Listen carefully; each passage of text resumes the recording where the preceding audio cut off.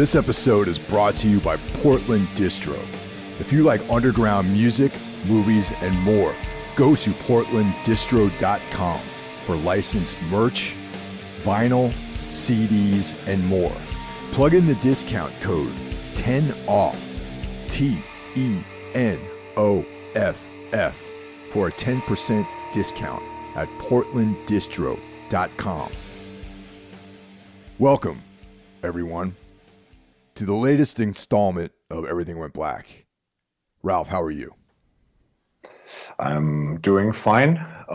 As we discussed prior to starting recording, I just sat outside in shorts and a t-shirt a short while ago, reading some Neville. And yeah, I had a great weekend. It's a lot of work right now in school. Tomorrow is Monday, and our school will see the arrival of 20 refugee kids from the Ukraine, which will be included in our school system. This will be, I think, exciting times, like not in a positive way exciting, but like will be challenging. And yeah, glad that we're like doing something good for them. Yeah, compared to the overall vibe of the world, I'm feeling okay today. How are you doing? Pretty much the same. I mean, things are crazy. I haven't been glued to the news feeds, but I am more mindful of what's going on a global level, specifically with the Ukraine struggle and the war crimes of Vladimir Putin and all that humanitarian stuff. And that's what led me to kind of jump ahead with the donation via Patreon. Yeah. Some people have actually donated independently of what their monthly take is, which I find amazing. And I think I'm actually going to put some of my own money into it as well. And I found a charity that's a humanitarian charity, so I want to make sure that the money is going to go towards like medical supplies and, humanitarian efforts and things like that. Yeah, cool. Yeah, before you make that donation, let me know. I want to throw in something too. Well, it's going to be done on April 1st. That's the day, because I gave everyone like a couple of weeks to, do their accounting and figure if they got I got another $10 extra or 10, whatever they feel comfortable with. And, it's nice. It's just, it makes me feel good to contribute somehow because, there's, as we talked about before we started recording, there's a lot of complexity to this situation. And, you can go into all kinds of dark places when you ponder this situation. You can think about, nuclear annihilation and, the conquest of an evil dictator. And I don't know, it's just like a very, very troubling time. It's like a revival of listening to Crass and Killing Joke and all these bands. Yeah. It's just like, it's just like, so we're back at this now, right? Okay, cool. Like as if the pandemic wasn't enough and that's not even done. And now this on top of it. Yeah. Yeah, there's like this existential nexus point that we seem to be at. And it's funny, everything positive that I try to do, like, for example, for those of you out there who are on Patreon have heard some of the rough mixes of the material I'm working on for these new projects, and there's new Tombs material and there's tours and stuff coming up. And I think about that. I'm like, I'm really happy with these things and this is cool and it's like cathartic. And then I'm like, some madman can press a button and completely annihilate all of the life on the planet Earth. And none of these like, my own personal conquests, my own personal goals are going to ever be realized because some idiot with delusions of grandeur and empire decided to, invade a country for various reasons. Oh man, I'm just glad that like I just received the rudimentary penny Death Church repress on vinyl. Oh man, I got to get a copy of that. I was listening to that. I just have like MP3s of that record. That's a great album, man. Let me know if you have a chance to track it down. Otherwise, I'll get you one here. It's a European release? I think so, yeah. Okay. It's Yeah, it's really nicely done. Like it's great artwork and everything. And Robert of Zahn, like his shop, like in Berlin, they still have copies. That's where I got mine. And let me know. I'll order you some and send it over. I'm going to look into that for sure. I didn't even realize that was a reissue that came out. Yeah, they had like the 7 inch, the new 7 inch that came out last year with new material. And after that, like they said, there will be reissues now, and they started with Death Church, which is their best album in my Yeah, opinion. yeah.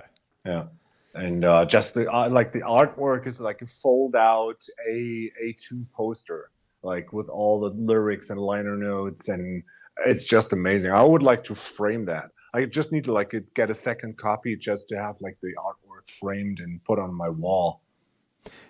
That's like kind of like almost like a death rock sort of record. You know what I mean? It has like this kind Yeah, of death yeah, punk like vibe to it. And that's why I like it so much, yeah. I think. Yeah, yeah. I always preferred them to Crass, which I'm like, I like Crass, but they're like straight up punk or like the early Discharge stuff. But Rudimentary Penny, they have like this death punk thing going.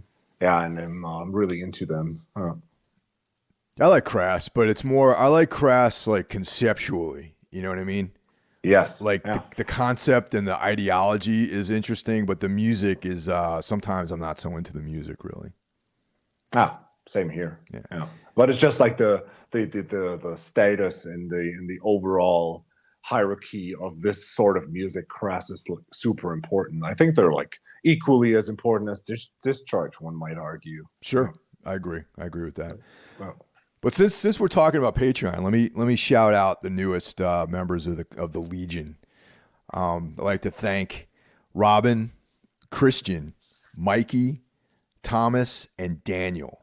These are our most recent members of the crew of the Everything Went Black fight team.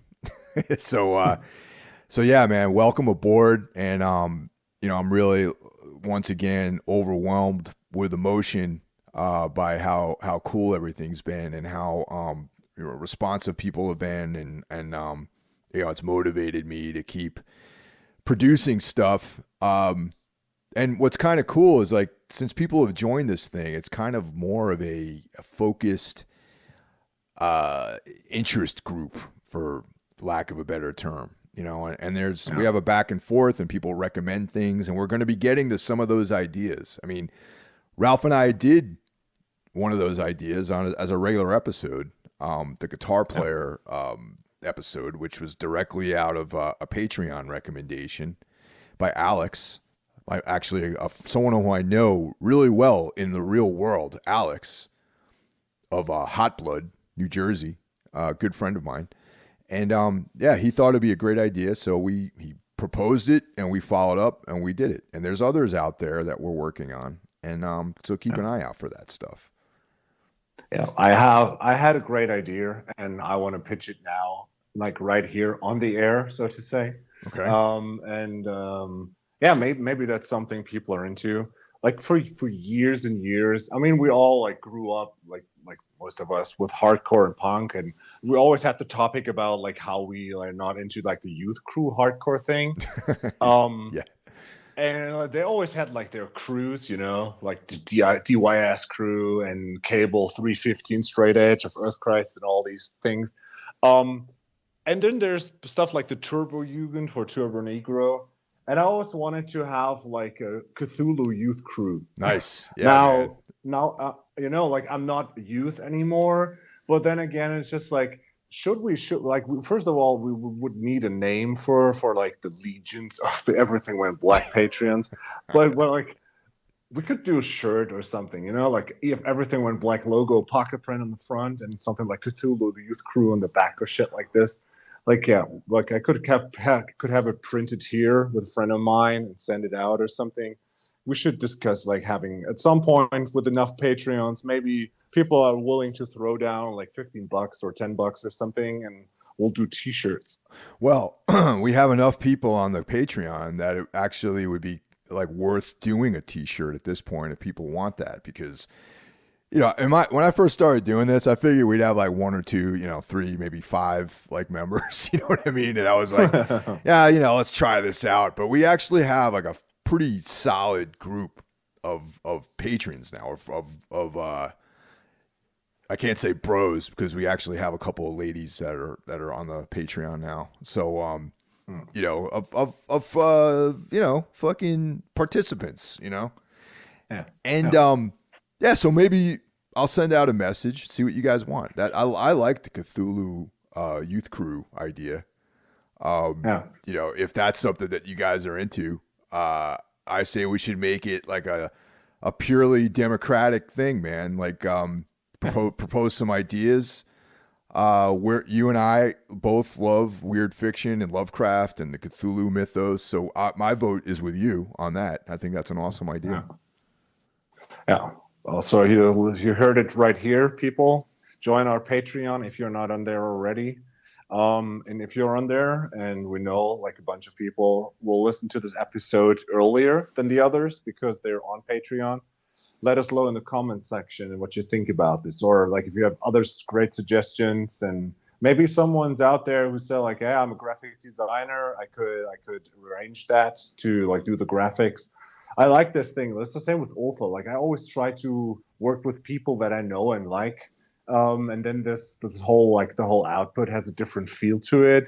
So yeah, let's talk about this, people. Well, my bass player Drew owns a printing company, so it's not. Oh, perfect. Yeah, it's like he's the go-to guy for all our printing needs. Cool, perfect.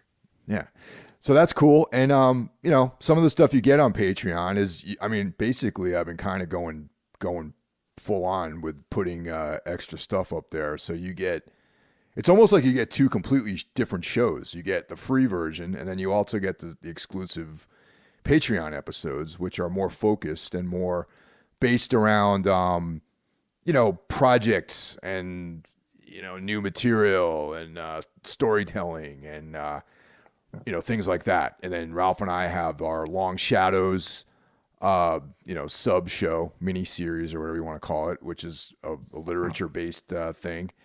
And I just started a Guide to Important Music, which is going to be either an interview with someone or just a rumination in a music appreciation episode about various records or bands or things that are obscure that might not be part of your consciousness of music that is important to me and should be important to other people because it's influenced a bunch of stuff. So yeah, you should really start like doing a public podcast about this, and let's call it Metal Matters or something. I don't know, Is that still a thing? I don't know, dude. I don't follow that anymore. But yeah, man, like I dig this. I mean, that's kind of like the thing we also did with Love Songs for the Unloved. It's cool to have like people listening to us and like suggesting bands, and they enjoy that, and then they throw bands back at us, and yeah, like broaden the horizon. We're all nerds here, and we all have like these unknown gems sitting around as a bootleg tape from the Czech Republic from 1989 or something. Stuff people out there need to listen to more often. So yeah, and speaking of music, don't hold back on the things that you put up there, the demos and the live recordings you put up there. So there's a whole ton of stuff to find on Patreon you won't find on your Spotify. There's archival stuff as well as new things, and also I'm just going to talk about it now. Then I have these two brand new bands that I'm working on. One's called Scorpion Throne, which includes Andrew Hernandez, my former drummer from Tombs, and Mike Gongalves, who's like a great friend of mine. He plays in a band called Replicant. He's in a band called Windfarer, black metal band, and he plays bass on it. And we've pretty much, it's being mixed right now, and that 4-song EP is going to be available on the Everything Went Black Bandcamp page, which we have one, and it's going to be more active in the coming months if we don't get blown up by nuclear weapons. And if you're a member of the Patreon, you're going to get a link to download it for free. So that's like another free thing. And there's the other band, True Emerald, which it's a 2-person project. Me and Sarah Timms, who was in Black Mare, Ides of Gemini, and Black Math Horseman, and who has also sang backing vocals on several Tombs releases. It's just the two of us with, on this recording, Justin Spaeth from Tombs is playing drums on it, but it's going to be a revolving drummer situation. And that's nearing completion. There's a demo of one of the songs, and that will also be available on the Bandcamp page, the Everything Went Black Bandcamp, and free to the Patreon members. So that's some upcoming stuff. Awesome. Shout outs to Lone Wolf, Andrew Hernandez, my brother. Yeah, man. And speaking of shout outs, shouting out our brothers at Jackie Smith at Into the Necrosphere podcast and Brandon Legion of the Horror Wolf podcast. And Jackie actually mentioned this on one of his most recent shows, how he feels like there's actually like a little bit of a community going on. Because I know you're going to be on the Horror Wolf podcast, and that's right. I've been on Jackie's show. Jackie's been on Everything Went Black, and we all kind of support each other, and I think that's pretty fucking awesome, really. Dude, I want to get on Jackie's podcast because I've ever since I heard of it through you, I'm following this too, and I want to talk about German black metal and Ultha. Yeah, dude, I can imagine that happening, man. And yeah, it's just cool. And also it's a testament to just how different people with like somewhat varying worldviews can still be friends and, fucking not put all that stuff aside and be not like Jackie and I are diametrically opposed on things, but like we're different people, man. And we celebrate our differences, and that's fucking great. And that's what it's all about, man. Yeah. No, you need to be canceled for that. You know that. Yeah, I mean, it's all about. I'm happy that we're all doing stuff, we're all supporting each other, and it's fucking cool, and I love it, and I back all these guys. Yeah, that's cool. Kind of community sometimes is actually something really cool. Well, it's any real community is like a cross section of different people that have similarities yet differences, and that's what gives life its variety, and the rich tapestry of life, and I that's what interests me, not just being around a bunch of robots who regurgitate the same information and the same worldview and the same ideas all the time. Yeah, wow, totally back that. Yeah. So today's episode is about David Lynch, one of our favorite filmmakers and artists in general. Yeah. And To quote The Guardian, maybe the most important filmmaker of the current era. I think that's true. I think some people might not even know who the fuck David Lynch is, though. When it's funny, since I moved out here in New Jersey, I took it for granted that people knew who he was. And it's like I'd learned things to be quite different, But I think he should be a household name, Yeah. Also think that this quote is pretty maybe from the time where he was more active, so in the 90s or the early 2000s, because he hasn't done a movie since 2007, just like the Twin Peaks reboot. And there's new people. I think maybe today people will say this about Denis Villeneuve, that he's the most important filmmaker. I don't know, but for that era in time, given the peers that he has, next to Jim Jarmusch, Kubrick, Stone, Spielberg, Burton, and all these people, he's there will never be someone like him, and there was never anyone before him like this. Yeah, all hyperbole aside, I do somewhat agree with what The Guardian said about that, is because he injected a brand new conceptual, sort of flavor into filmmaking. This kind of deep meditative surrealism. Which certainly he's not the first one to have make surreal films, but he did it in a way that actually crossed over into popular culture. I mean, his films were on, screens across the world. Like they were fairly commercially successful films as well. Even, for the more, you know, abstract and esoteric flavor that a lot of his films had. Yes, and also like if you followed like popular culture in the last 20 years, you will see references to his work all the time. I think especially Twin Peaks, like the aesthetic in general, but also like the black and white floor, red curtains, the small man. He like it's been referenced in so many shows and other movies, like The Simpsons early on. The influence of David Lynch in like also on music and all stuff. I don't. That's what we dive into. It's immense. Like this man, he came and he kind of completely changed the face of like how art can be art. Yeah, would you say that the Twin Peaks TV series was like his big crossover into popular culture? I would say that absolutely. Yeah, Like, I mean, his movies prior to that were successful. Also, Lost Highway, Mulholland Drive. After that, were popular. But I think Twin Peaks is the big thing that most people will associate him with the first. yeah, it was on network television, which is kind of mind blowing, really. Yes, and also like just being what Twin Peaks is and how it is.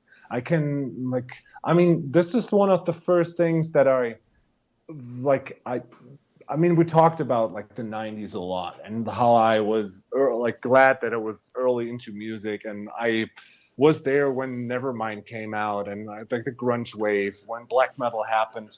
But I remember that when Twin Peaks aired and my parents like were like going out and I think it was Friday nights that they showed it on like cable TV and I remember that like I saw a scene that completely traumatized me and gave me the creeps. And Yeah, that was one where Killer Bob like went through the atrium in the living room in Maddie's vision, climbs across the couch and crawls towards the camera. And still to this day, watching the scene, it gives me goosebumps.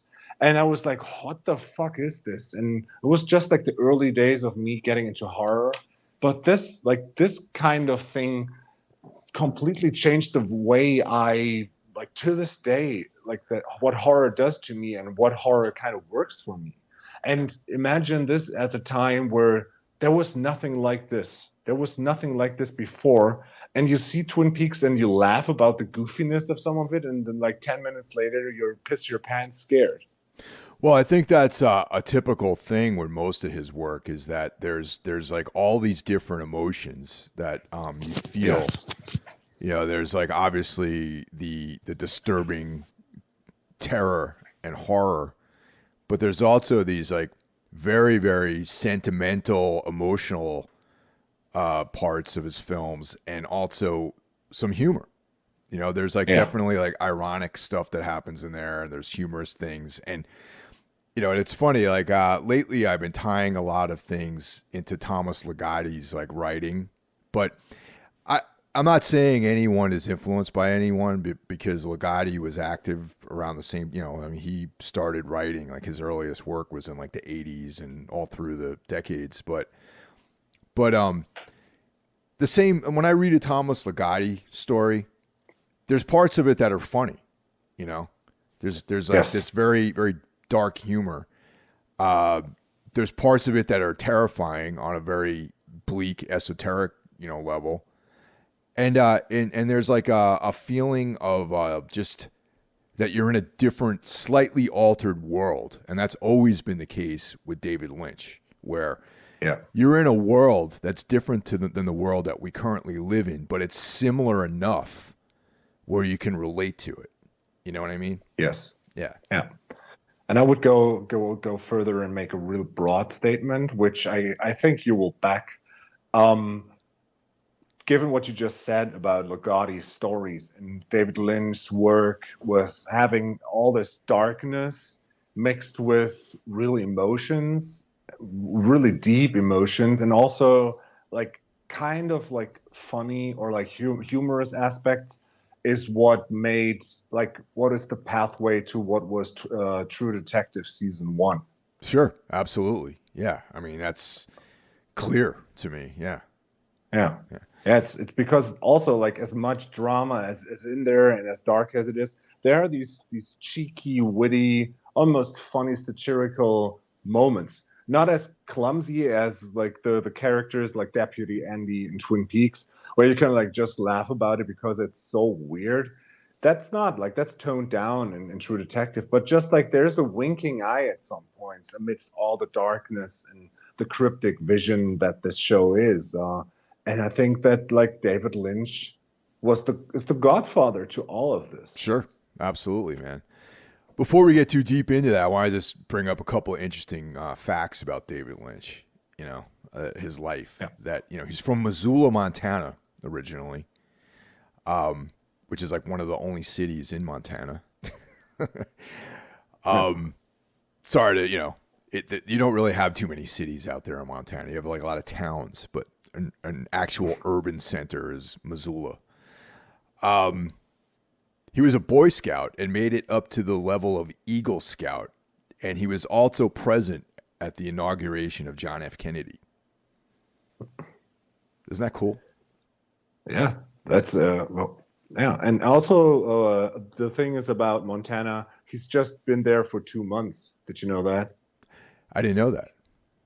He was there, like he was born there, and he was living there for 2 months. And then the moving started because his lifestyle when he was a kid, pretty much every other year, he moved to a new part of the country because his father was a research scientist, and he had to work for different companies and branches of industry.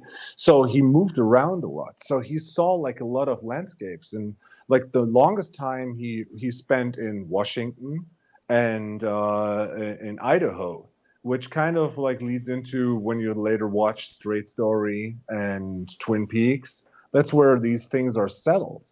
So he's like boy, we'll talk about it, but like he reminds me in a way of a movie version or like a movie production version of Michael Gira, where he was like Oh as a yeah, young kid, he moved around a lot, and he's uncompromising at what he does with his art, and he's just like he has a mind, a completely artistic view on things.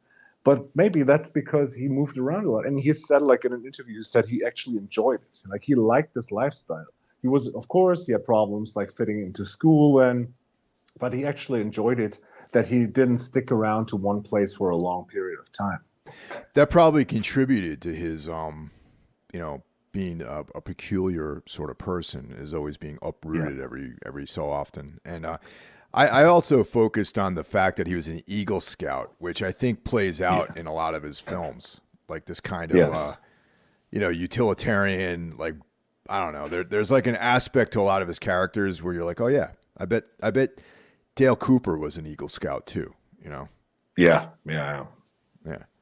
And originally he was an art guy. Like his focus was on art and painting, and he attended the Corcoran School of Fine Arts and Design in D.C. Then he transferred to the Museum School of Fine Arts in Boston, which I didn't attend that, but I had a lot of close friends that attended the museum school, and while he lived in Boston, he was the roommate of rock singer Peter Wolf of Jay Giles. Oh man. And of Yeah. course, Jay Giles brought us "Love Stinks," "Freeze Frame," and a slew of hits from the '70s and the '80s. Oh man. Freeze frame. That was yeah. Oh man. But things really started kind of cracking for him when he moved to Philly, where he attended Pennsylvania Academy of Fine Arts, and that's where he started doing his short films. And Yeah. Six Men Getting Six times, the alphabet. I don't know if those are collected anywhere. Do you know if those are collected? Dude, when I did the research early on, it was the same question I had. I have not seen one of these short movies. I only know how it like his regular work, but it would be interesting if there's like a Blu-ray box or something of that. You know, it's funny. I feel like Lynch has been like very reluctant to get into these like like collections and physical copy like extras and stuff like that. You know that it's not like I have like that gold box of Twin Peaks and there's some extras on that, but I feel Yeah. like you don't really get a lot of extra material on his releases. Like I'm going to buy the Criterions of some of this stuff next week, Yeah. but so we'll see. You know. There is stuff like this, but he generally just doesn't really like it because like a year ago I saw Inland Empire for the first time, and like I have a 3 Blu-ray box set of Mulholland Drive, Lost Highway, and Inland Empire, his so-called dream logic nonlinear narrative movies.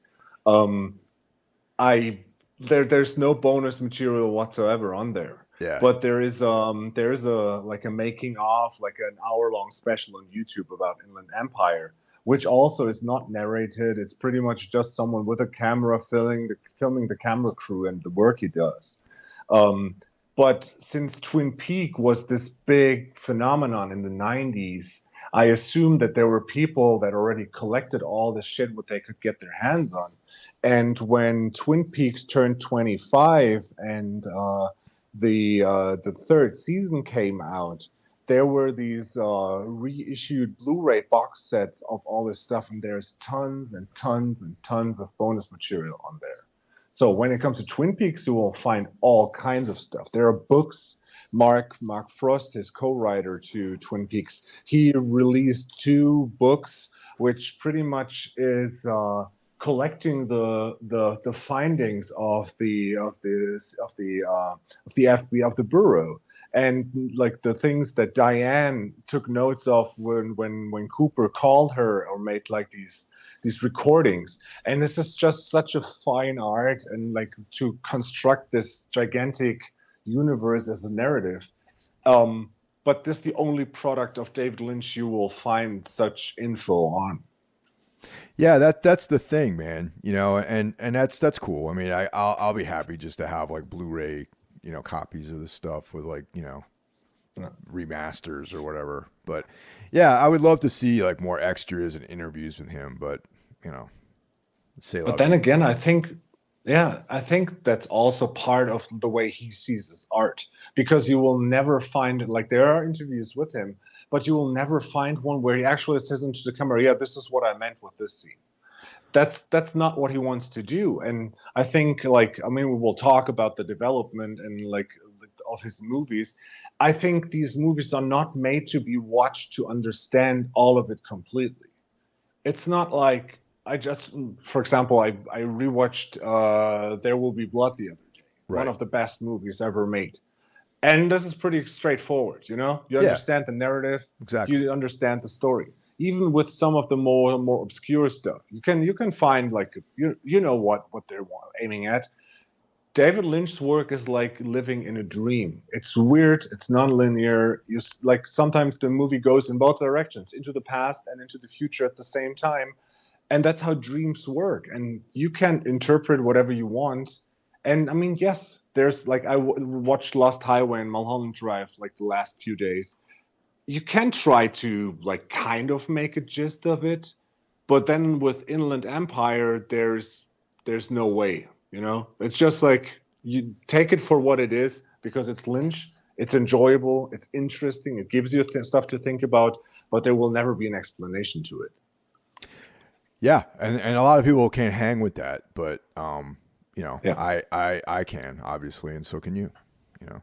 yeah, and I assume again our Patreons and people listening to this that are into weird fiction, all that stuff, they will do too. Because I mean, David Lynch has a gigantic, I would say, not gigantic, but a huge following, people who back him, um, and they absolutely adore his work.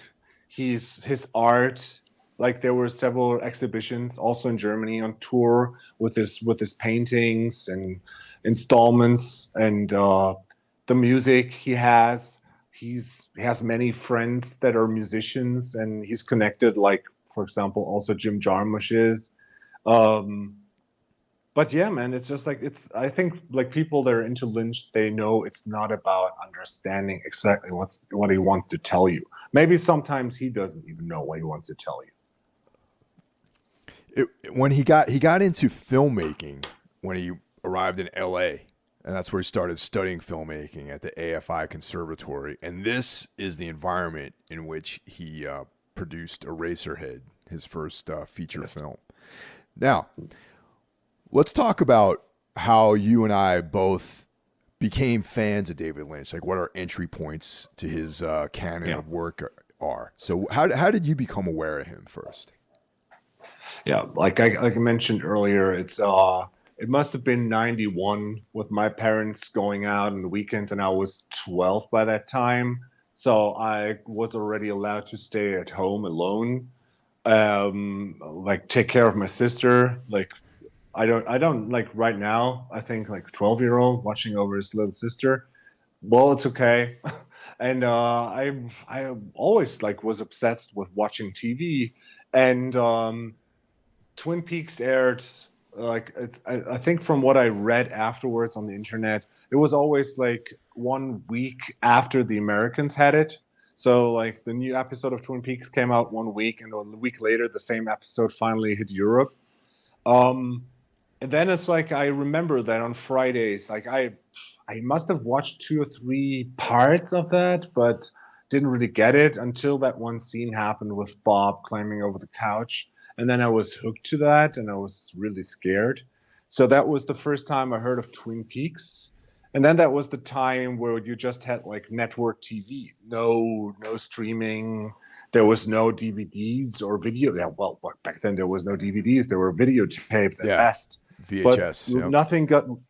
nothing got released back then. So it took a while until something aired again, because I don't know if I saw the Fire Walk with Me movie, but Twin Peaks was a name that I kept in my mind, and like that did something to me. And I think like the first real contact of consciously knowing who he is and what he does was when I went to the cinema to see Lost Highway. And yeah, that totally did it for me. And I mean, I know it's one of your favorite movies. It's one of my favorite movies. And from there on, that was 97. That was the time when the internet was already happening and you could buy DVDs. That's when I like bought all this old stuff. I saw Razorhead the first time, Blue Velvet, and like I really worked my way through his catalog. Yeah.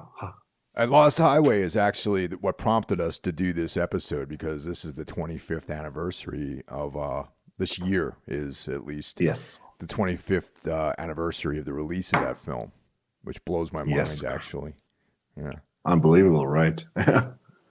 So how about you? How did you find out about Mr. Lynch? Okay, well, back in the 80s, okay, I was I was in high school and I was playing in this punk rock band, and not because I loved punk rock. I really wanted to play metal, but I couldn't play metal.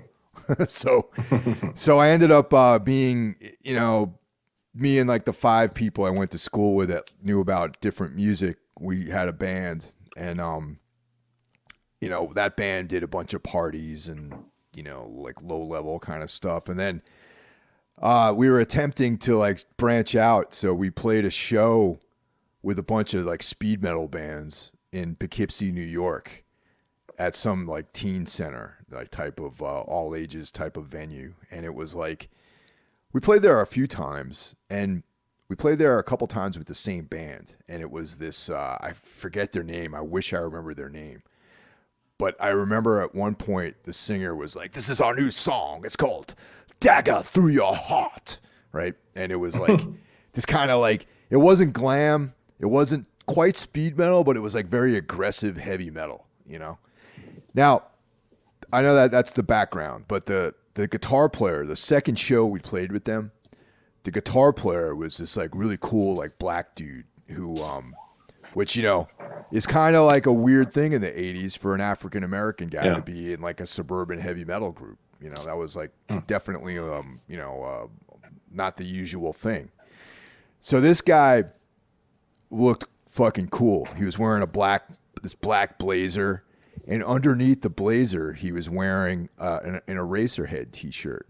Okay, Oh, which makes it even cooler if you think back on it, because this is the '80s. yeah. You know what I mean? And I was like, Eraserhead. So I asked my bass player, who he was the kind of guy who knew about all this stuff. He ended up going to college at like Sarah Lawrence, like studied art, and he was like one of these guys who knew about all this cool books and everything. And then he was like, oh yeah, Eraserhead is this really crazy movie that we should watch sometime. And he's like, yeah, this guy David Lynch makes these really crazy films. Excuse me. So that's how my introduction. Mark and I ended up watching this movie, and that's how I found out about David Lynch. And then a couple of years later, I ended up going to college. Now this actually is kind of funny. And Blue Velvet had come out. All right. And I remember I saw the ads for it, and I love like kind of like noir, like detective, crime films. So in my mind, it was like, okay, it's going to be like this kind of, murder cop kind of movie, That first week in college, I'd met this girl, okay, and I'm like, you want to go to the movies with me? There's like, let's go to a movie. And the funny thing at Boston University, there really is no campus. It's all just like a collection of buildings. And there was a movie theater called the Nickelodeon Movie Theater that during the day, it was actually a lecture hall. Okay. Now I had like, calculus and physics and stuff like that in this movie theater. And then at a certain point of the day, like around 5 or whatever, when the evening started, they started showing films. Like it was like an art film type place. Like, She's Gotta Have It, that kind of stuff. All that stuff that was popular at the time was like playing there. And Blue Velvet was playing there. So I was like, oh, this is that movie I read about. Let's see if this girl wants to go with me. So we ended up going, okay?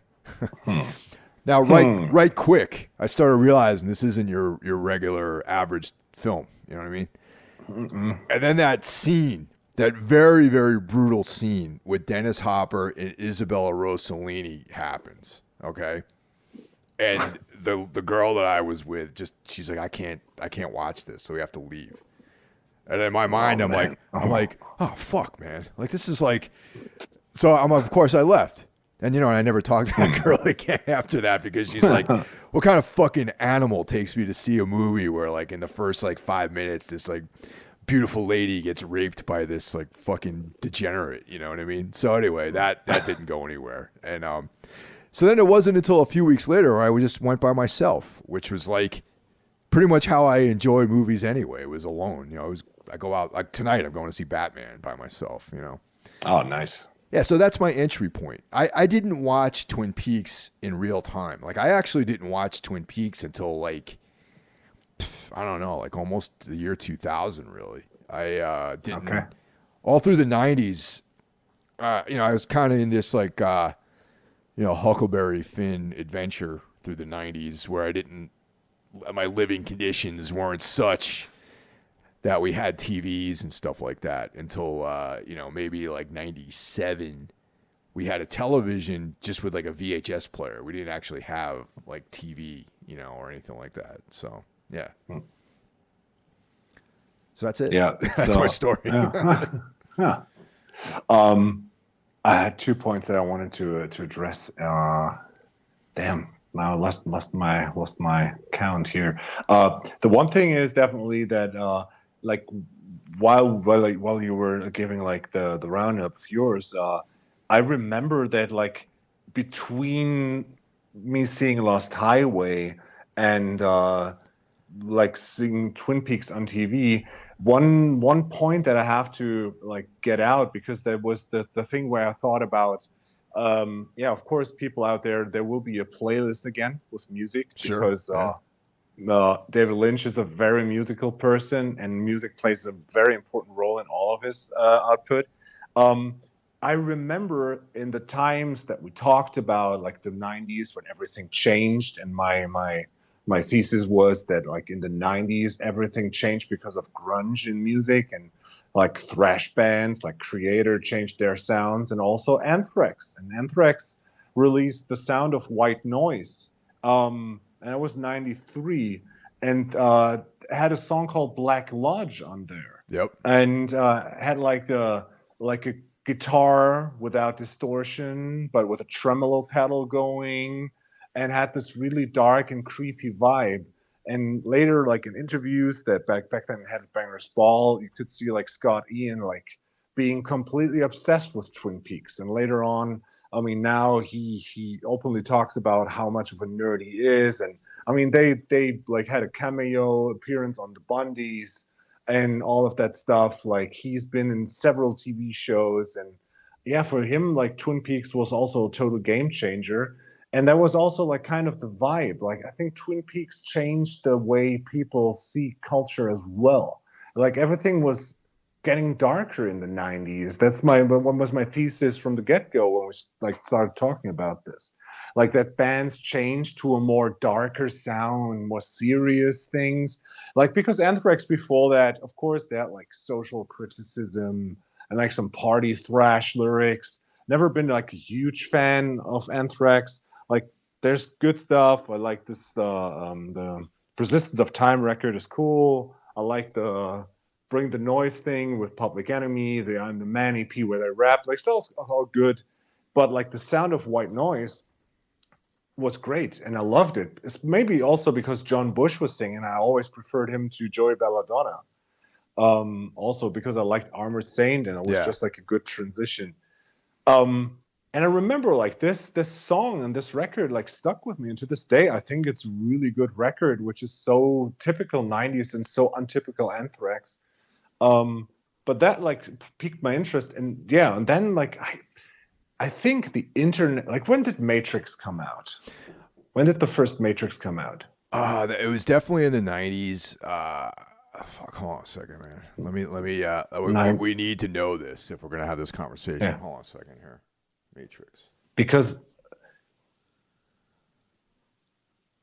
let's see.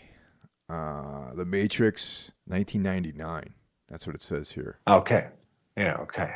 Yeah. Because I remember when we like before we started this podcast, we spoke about military and all the stuff, about how Germany all of a sudden has $100 billion for tanks, and back then when you finished school and you were 18, you had to either go to the military for 13 months or you had to do social service.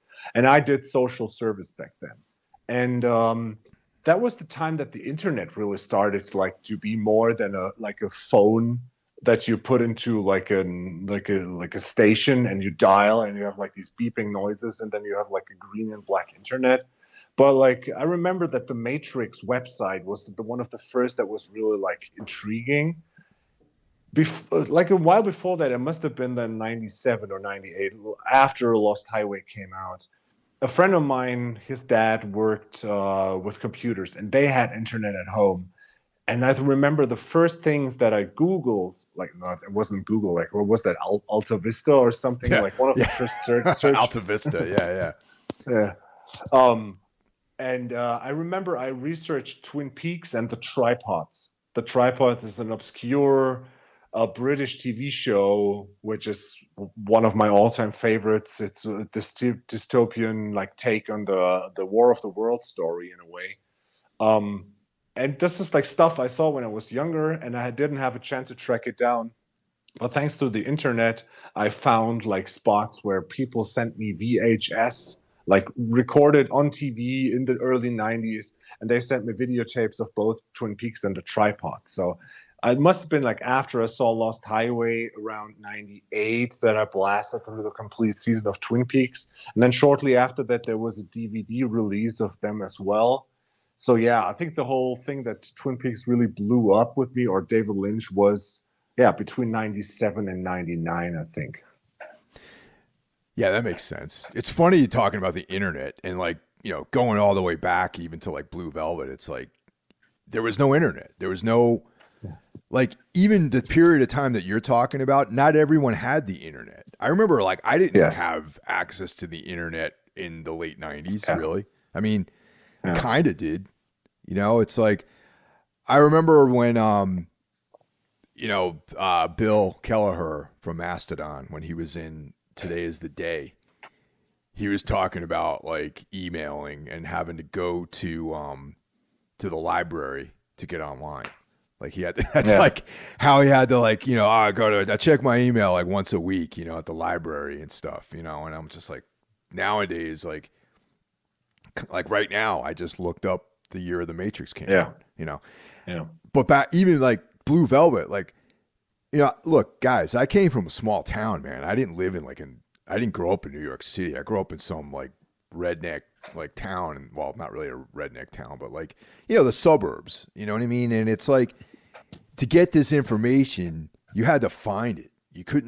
You had to be keyed in somehow. Like if I hadn't seen that dude in the band with the Eraserhead shirt, it might have been years before I found out about David Lynch. You know what I mean? But yeah, just to trip out on that idea that, no one was connected to anything. And, so people found out about Lynch because they were seekers of like this kind of challenging narratives and things like that, Yeah.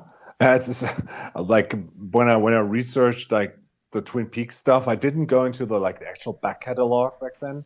But I remember when I was younger, I always like in summer there was like kind of like, it's not like summer camp, but there was a 2-week program for kids in summer holidays where there were several groups of like always 2 years of age. So like a group of kids between 8 and 10. Then there was one 10 to 12, 12 to 14. And I was there as a kid, like every year. And later on, I became like a tutor there that also like then went out with 25 kids every day and did like certain activities. And like the whole staff of people that were like the I don't know what's the word for that, counselors, like, yeah, counselors, like, yeah. yeah. Um, we hung out in the evenings, like not like in Camp Crystal Lake where we just like drank, get hammered, and fuck.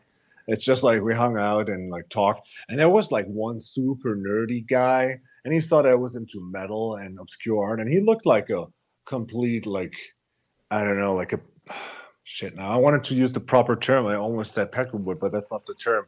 How do you call like the science nerds? There's like a typical word for these. I Oh, don't like, know. egghead, maybe. I don't know. Like that might be a good one. Yeah, Yeah. Yeah. yeah, Peckerwood is whatever. definitely that's something else. That's definitely Yeah, not yeah, what you're yeah. talking about. Yeah. But like he was a complete nerd, and he came up to me and he was like, he's like, "Oh fuck, you have a Carcass shirt on." Yeah, I love Carcass. I'm like, "What? You like Carcass? Okay, cool." So we got talking, and he's like, "What are you into?" I'm like, "Ah, like horror and I like Twin Peaks." And he's like, "Oh yeah, David Lynch. I love David Lynch. Have you seen Eraserhead?" I'm like, "No, I don't know what it is." And like next day he came and showed me like a printed, like like these black and white like printed magazine fanzines like we Yeah. used to have, and all the Exactly. you know and he had like, it was some kind of like a German Rue Morgue, but like in really shitty quality of like some Germans. And he's like, "Here, look at this. Eraser has like 5 skulls out of 5 skulls. It's the fucking man. It's like the best movie." And he had and he had it on VHS. And like my friends got like a wind of that and it's like, "Oh yeah, like let's watch that." And we know like you like horror and you have like good taste in that. And so we hung out at my place because people always wanted to go to my place because my parents had like a bit of money. And like I always thought they liked me, but then later I found out because we always had cola and chips and chocolate and I had like a big TV. But like we ended up like hanging out at my place, and everybody expected like a crazy ass horror movie, like because everybody was into Brain Dead back then and all these like bad taste, the Peter Jackson movies I so hate. Um, and then we watched Eraserhead, and like after half an hour, most of them left because like, what the fuck is this? And I'm like, this is fucking cool. Like I dig it. And like the nerdy guy was like, "Yeah, man, it's cool that you like it." And like I think only him and I watched it until the end. And I asked him if I could keep it like for a week. And then I remember I watched it 2 or 3 times back then and was just like, wow, this is like the craziest thing I've ever seen. Yeah. It's definitely not for everyone. But one of the things, even back then, like I realized that it was All right, I'm gonna make a comparison, even though these two films have nothing to do with each other. But like the same way that Henry Portrait of a Serial Killer is almost like an art film, like Mm.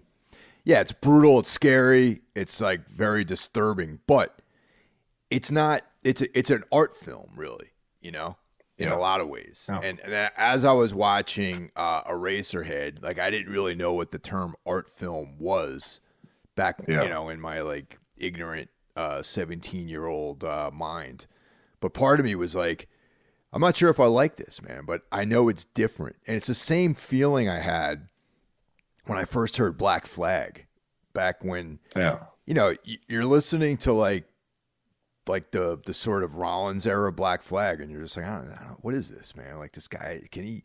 I don't even know if this guy knows how to play guitar, really. But it's like, then like you kind of come around to it, and it resonates, and you start thinking about it, and that's how it was with Eraserhead. It's like I remember that first time watching it, I was like, what the fuck is this, man? Like, and then time passed, and I was like, that might have been one of the most brilliant films I think I've ever seen, And then, of Yeah. course, now like I understand more about it. And then as decades went by, I always felt that Orson Welles film, A Touch of Evil, had Mm.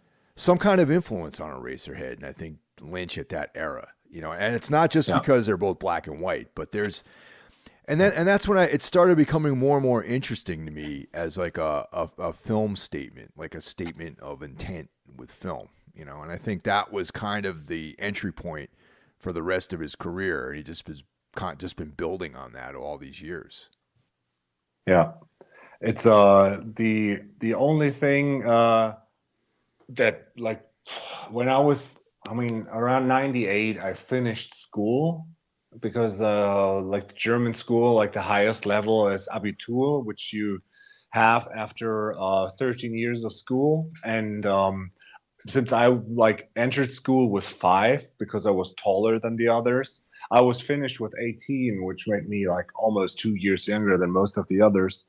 Um, I remember that in the like when you leave school, like German school, like the middle school after like 10th grade, there's these 3 additional years. They make the difference. So with like after the 10th grade, you get a certificate and you can do a certain amount of jobs, can be an apprentice, but to study you have to have the other 3 years.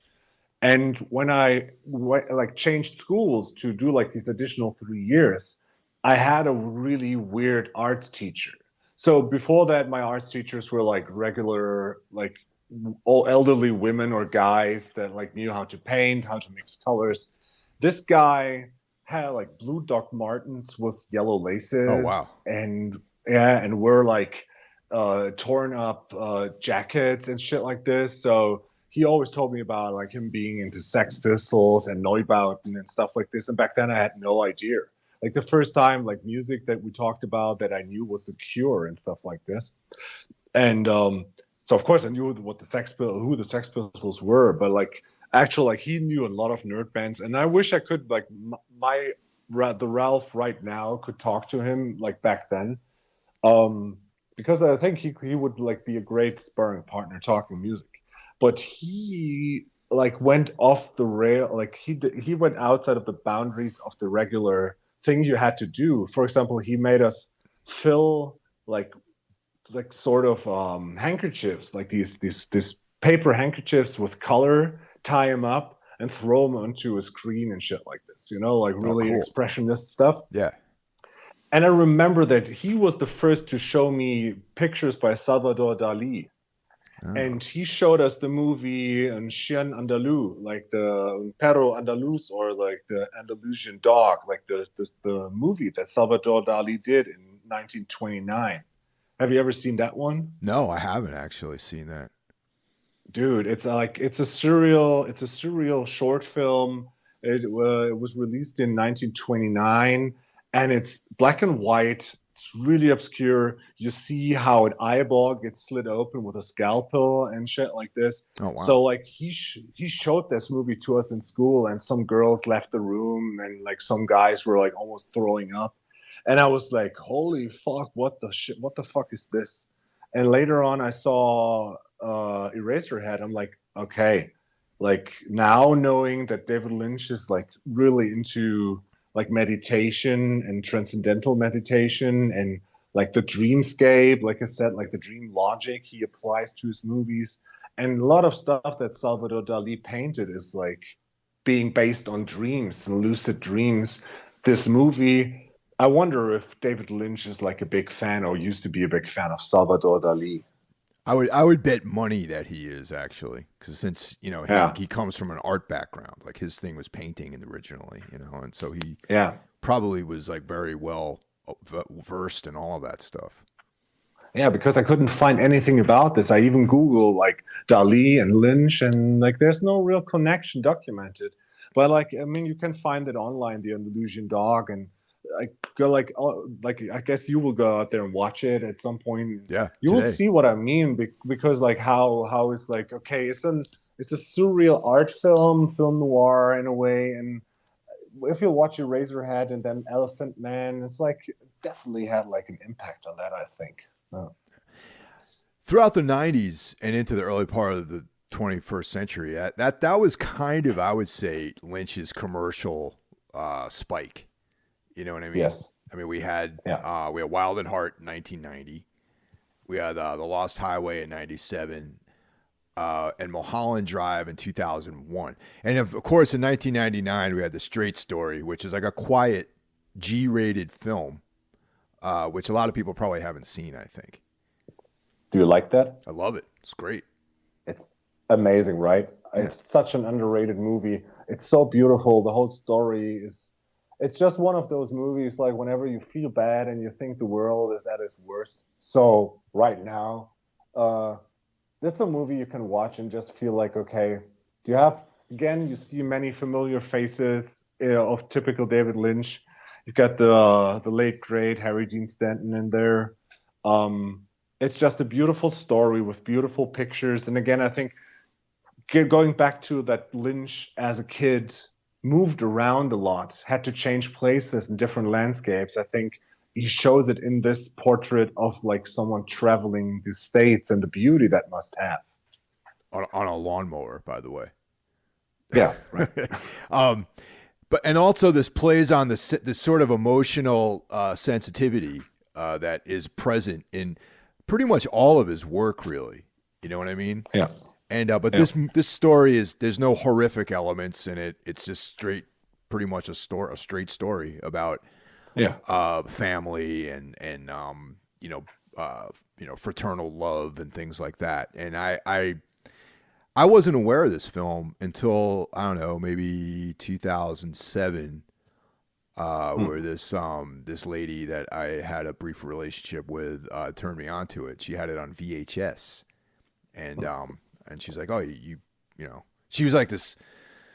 She was into making film herself, and one of these very, very knowledgeable about movies and all this, the process of filmmaking. So of course she had this like elitist attitude about me not seeing this movie, and I felt, she made me feel bad about not seeing it, and I was like, well, okay, smarty pants, well, show me the film. So we watched it one night, and I was I loved it. It was great. Yeah, I remember that when it came out, I was already like a Lynch fan, and I went to the cinema with a lot of other people that said like, "Oh yeah, Lost Highway was great," and blah, and they all said this movie sucks, it blows. I'm like, no, man, it's an excellent movie. It's just completely different to what he usually does. And yeah, like Yeah. people expect a certain thing from Lynch, and I mean, mostly he's giving it to the people, but I like that yeah, and then like he did something like this because he just enjoys doing it, and then he's like, there couldn't be a better name from than Straight Story coming from someone like David Lynch.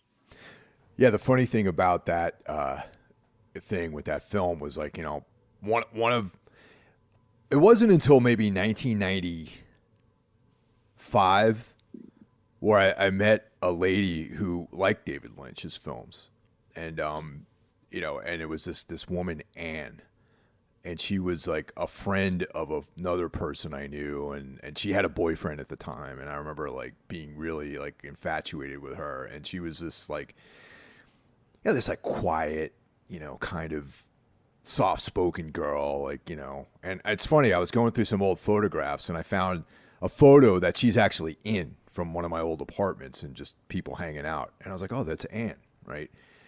And she was into David Lynch, and that became like this one of these like things on a list that I had about women that I would be interested in, was that they had to be into David Lynch. So when I met this other lady in later on, one of the things I'm like, yeah, I like David Lynch, I'm like into David Lynch. And of course she's like, well, have you seen The Straight Story? And I'm like, what's that?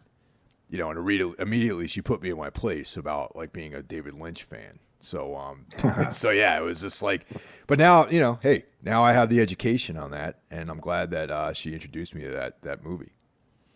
Wow, it's really like it's I just rewatched it before we had the idea to do this episode based on like Lost Highways anniversary. I'm right now in a phase where I enjoy a lot of the, I would say, more Westernish kind of things, like not necessarily like Western movies, but like based around, like I watched this what's the name, like of the Netflix movie with Benedict Cumberbatch, that is like the Oscar nominee #1 now. I don't know, forgot it. Like it's an actual, like it's a movie right now playing in the Western times.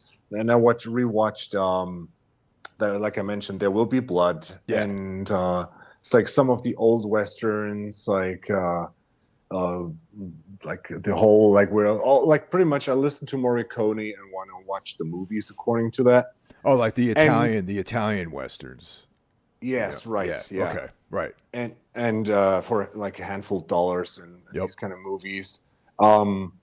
And this was like that got me into thinking, like, then I'll rewatch The Straight Story. I'm like, yeah, man, you have like these Western movies that have a certain aesthetic, and you always have the sounds of Ennio Morricone. And I'm like, okay, and you have David Lynch and you have Angelo Badalamenti, which is kind of like an equal match in a way. That got me thinking about, oh yeah, I need to rewatch these movies. And then I was like, okay, maybe we should do an episode about this. Oh. Yeah, Wild at Heart actually has that feel to it, I think. Yes, it's a road movie, travel movie. It takes place in various locations, Louisiana, like the Southeast. It goes out into the desert, and all this sort of stuff. They're traveling to the West Coast, and it has that sort of flavor of like that westward expansion type of thing that was like kind of big in the United States. You know what I mean? Yeah. So yeah, that's awesome. Yeah.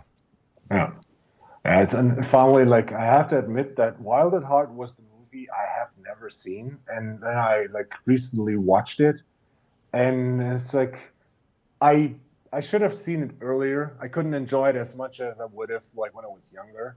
But like Nick Cage in the snakeskin jacket doing like high kicks to this metal song, Yeah. that's awesome. And finally, I know where the band Bobby Peru has their name from. Oh man, dude, the classic character Willem Dafoe is Bobby Peru. Yeah. Oh man, like this scene where he's like, say I should fuck you, say I should fuck you, and like this is with his teeth. Oh my god, Terrifying. Terrifying. Yeah. Yeah. Yeah, and I think like the tropes that he started in the earlier Twin Peaks episodes, because like Wild at Heart happened at the same time as the first season of Twin Peaks, where he was just like part of it, but like mostly Mark Frost was that, and he tried out stuff he tried out there too, and like coming back for a second season, then he was like all in David Lynch mode, because you already like in Blue Velvet and Wild at Heart, you have like the tropes of the underlying threat of something evil, but it's more like straightforward in a way. But like then he did Twin Peaks, and then like after that Lost Highway, Mulholland Drive, and Inland Empire, they all have this creepy, otherworldly, almost, and not cosmic horror, but like, like the dreadful element to it. That's what I like best about like David Lynch, because it's just exactly like some of my nightmares are. Well, Lost Highway and Mulholland Drive, I feel, are related in that way. Like that whole Yes. like maybe we could talk about some of these things. Like my take on those is they have to do with like infinity and like multiverses and this sort of thing. And both films are both like neo noir films. They take place in Los Angeles and they have to do with like alternate timelines and dreams and nightmares and all that sort of stuff. Yeah. The things, I mean, we talked about the internet, and like we attacked like the topic of the advantages and disadvantages of the internet we already had a couple of times. But when 2017, like 25 years after Laura Palmer said, "I will see you in 25 years" to Dale Cooper, um, and that came out, the internet was, I mean, it was the internet like we know it now. So trolls were already going, nerds were already going, and I think nothing was discussed more infuriating as like the episodes of the new Twin Peaks, where people lost their shit about what they expected it from it, and of course David Lynch didn't give them what they want. But and it was like I don't read these kind of comment sections. But what was cool was that there was like a gigantic forum and like discussion platforms about how all the stuff is connected. Like where's the ties to the original show? And then someone all of a sudden tried to like link in no, not Blue Velvet, Mulholland Drive. That Mulholland Drive actually takes place in the same universe as Twin Peaks does, and that like there's also like these blue boxes are kind of like a way into the Black Lodge as well. Hmm. And I think something like this is so compelling because I think David Lynch didn't think about stuff like this. He just did it. But it would be so cool if it were that way. Yeah, I mean, who knows, man? But I would be surprised if that was the kind of intent that he had with those things, really. You know. Yeah. But yeah, I just watched both of those films again in preparation for this, and Yeah. yeah, it's the thing I like about it is that everyone has their own idea about what the story actually is, you know, and I think Yeah. as you watch it over and over again over the years, like you pick up different nuances and you develop these different ideas about what's actually going on. Yeah. And I mean, I enjoy easygoing music. I enjoy easygoing movies or shows. But I like that there's challenging art. And I think David Lynch is a guy, it's either you're with him or you're against him. Yeah. And it's just like people either love it or completely hate it. But there's no like, I think it's okay. I maybe there are some people thinking like this, but I think the general opinion is either you're a fan or you say like this is nothing for me, which used to be back then was just like okay, it's just not for me. Nowadays, people go to the internet and they try to convince you that their opinion is the only right one, and otherwise you will get canceled. Yeah, so I don't know, but I think it's interesting that like there's so much room for interpretation that you can link Lost Highway and Mulholland Drive to the Twin Peaks narrative if you want to, but I don't think you have to. But it's just like everybody will take something else out of this movie, out of these things.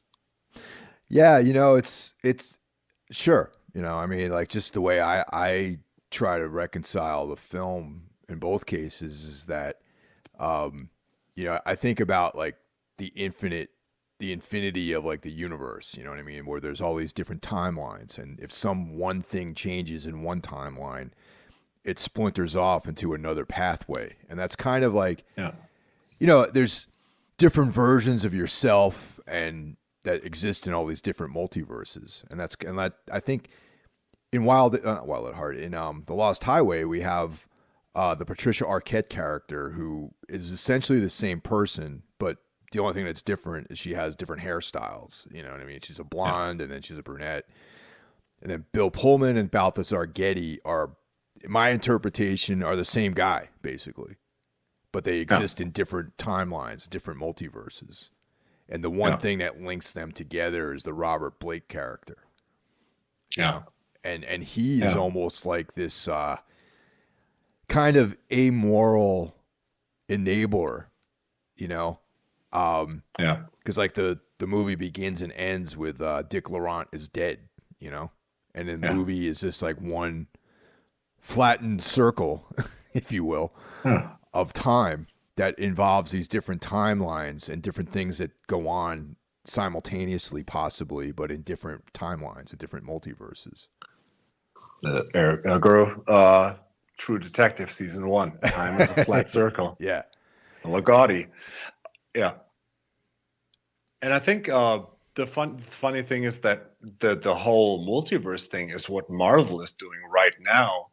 And given the fact that like back in the 80s, after Elephant Man, which not Steven Spielberg, man, George Lucas was a big fan of, and he actually asked David Lynch if he wanted to direct the third Star Wars film. So, which is crazy. And then he said, like, thankfully he was cool enough to say, like, no, no, no, dude, that's your vision, you do that. And then he decided to do the ill-fated Dune movie.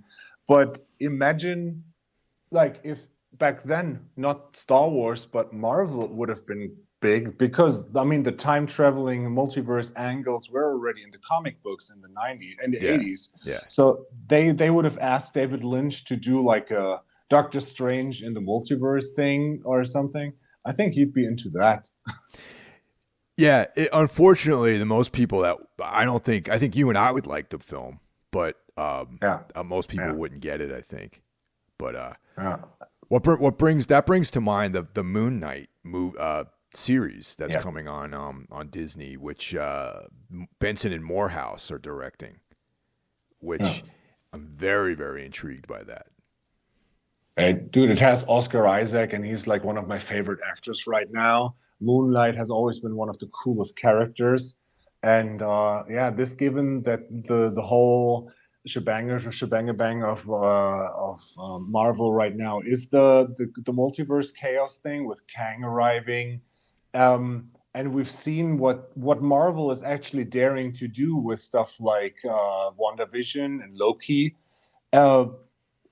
This should be great, and I think David Lynch, maybe she should direct like a Marvel show, like one that is on Disney Plus or something. That'd be awesome. Because when I did that podcast with Brandon about our top 10 satanic or occult movies, shout outs to Brandon, thanks for having me. He was like, I didn't enjoy Loki. I just watched the first episode. I wasn't into it. I'm like, dude, you have to go back and watch it. And I think it has a really kind of like a Beyond the Black Rainbow meets David Lynch kind of vibe. Totally. Yeah. No, I agree with that completely. Yeah. But, and that similar theme is in Mulholland Drive. I mean, and, the funny thing about Mulholland Drive is that was proposed to be a series.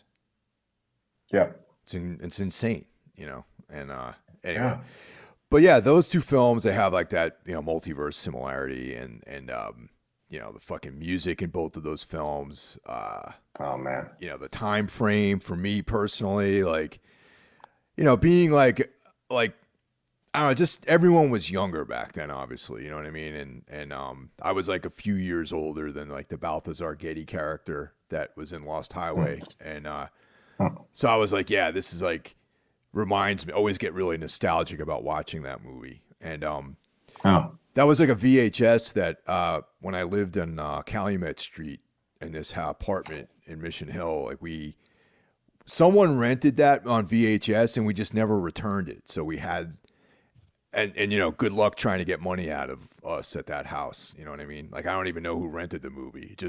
I know that we had this Blockbuster video cassette that was the Lost Highway.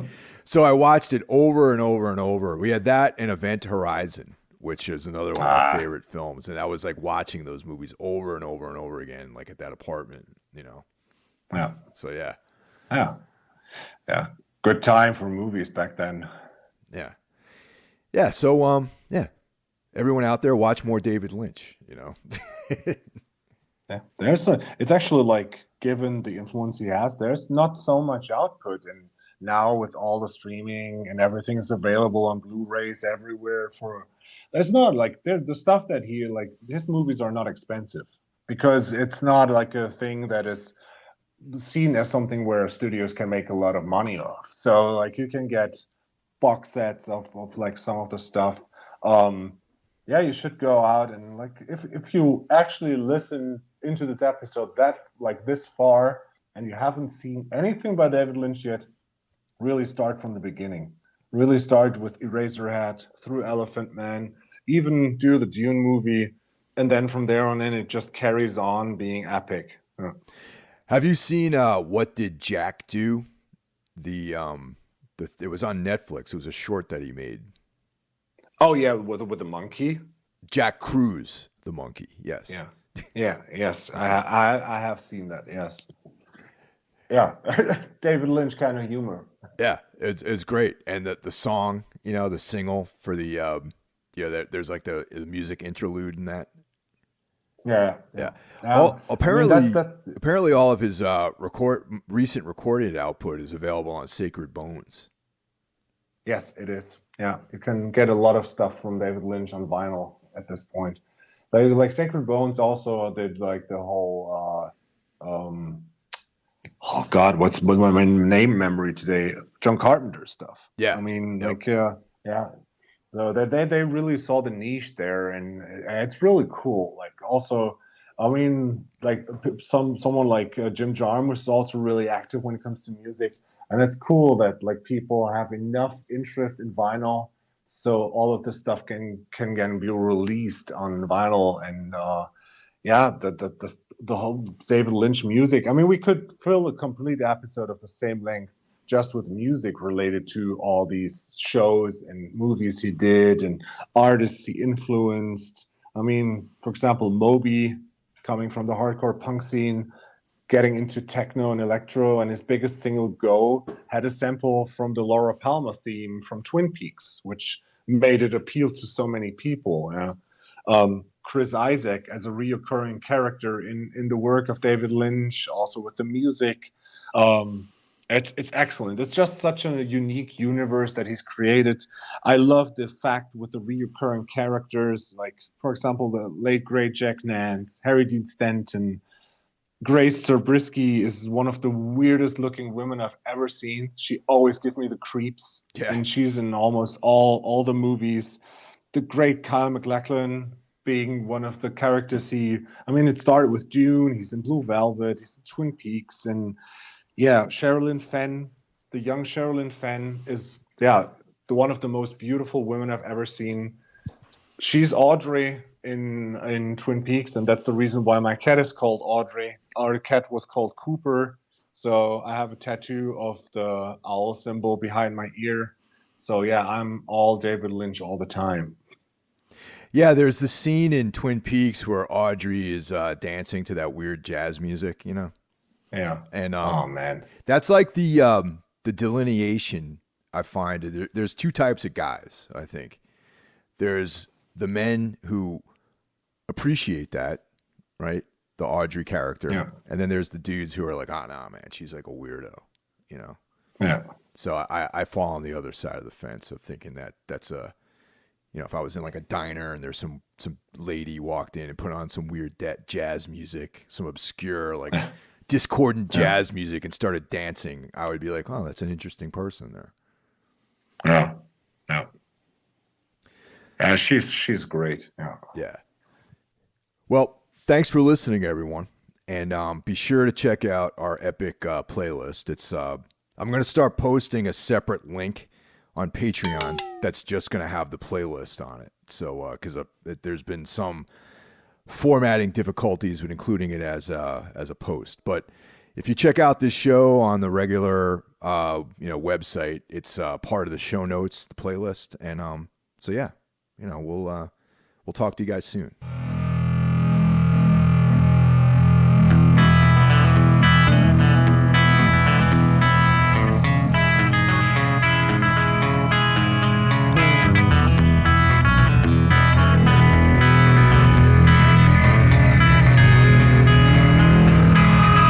This magic moment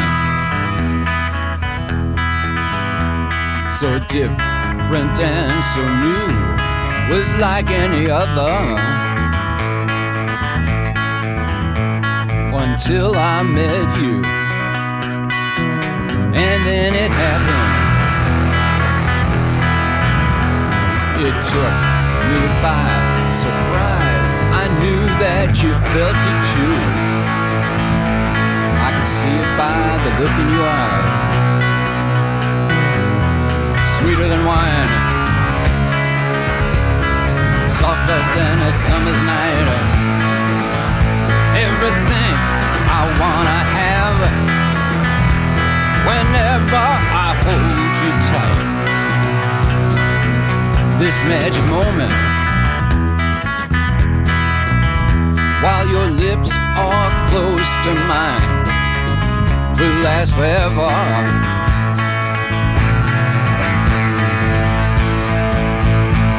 Forever till the end of time. So why won't you dance with me? Hey, baby.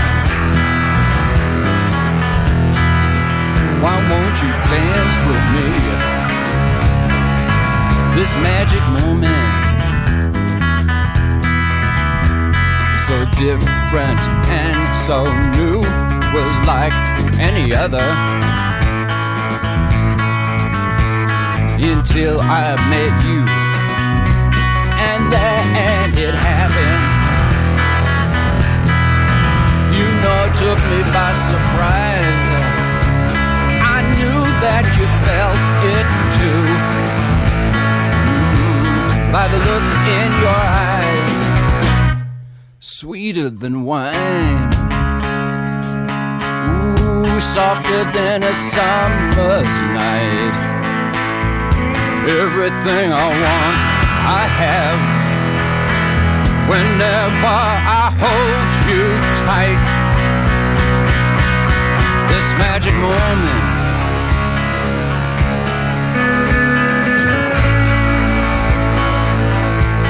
sweeter than wine, softer than a summer's night.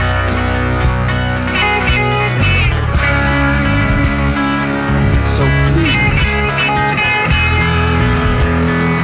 baby, so please,